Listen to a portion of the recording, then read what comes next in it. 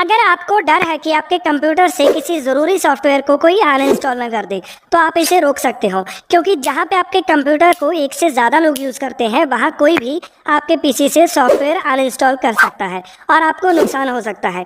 तो इस ट्रिक के बाद आपकी मर्जी के बिना कोई भी किसी भी सॉफ्टवेयर को अनइंस्टॉल नहीं कर पाएगा। आपने अपने पीसी के कंट्रोल पैनल में चले जाना है, इसमें सिस्टम एंड सिक्योरिटी में चले जाएं, फिर नीचे यहाँ एडमिनिस्ट्रेटिव टूल्स पे क्लिक करें। अब आपने लोकल सिक्योरिटी पॉलिसी में चले जाना है, फिर यहाँ से लोकल पॉलिसीज को एक्सपेंड कर दें। यहाँ सिक्योरिटी ऑप्शंस पे डबल क्लिक करें, राइट हैंड साइड पे थोड़ा नीचे स्क्रॉल करें।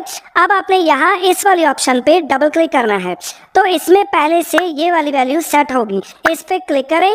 इसमें आपने अब prompt for credentials on the secure desktop को सिलेक्ट करना है, फिर अप्लाई और ओके। अब जब भी कोई किसी सॉफ्टवेयर को अनइंस्टॉल करने की कोशिश करेगा तो ये उससे पासवर्ड मांगेगा।